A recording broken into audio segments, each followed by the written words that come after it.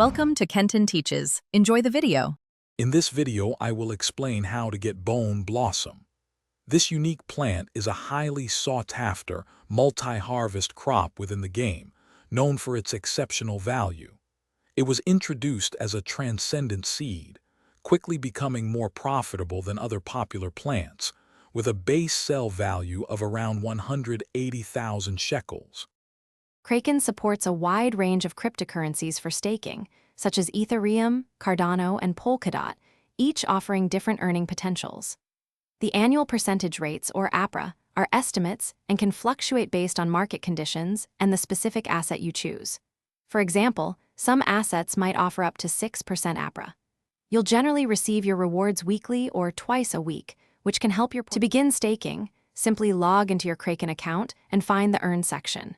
From there, you can select the cryptocurrency you wish to stake. You'll then choose between flexible or bonded staking. For example, with flexible staking, you can unstake your assets almost instantly. However, bonded staking, like for Polkadot, might involve a lock-up period of up to 28 days before your funds are fully accessible again. Always review the terms before confirming. Staking on Kraken offers several benefits, primarily the opportunity to earn passive income on your crypto assets without actively trading.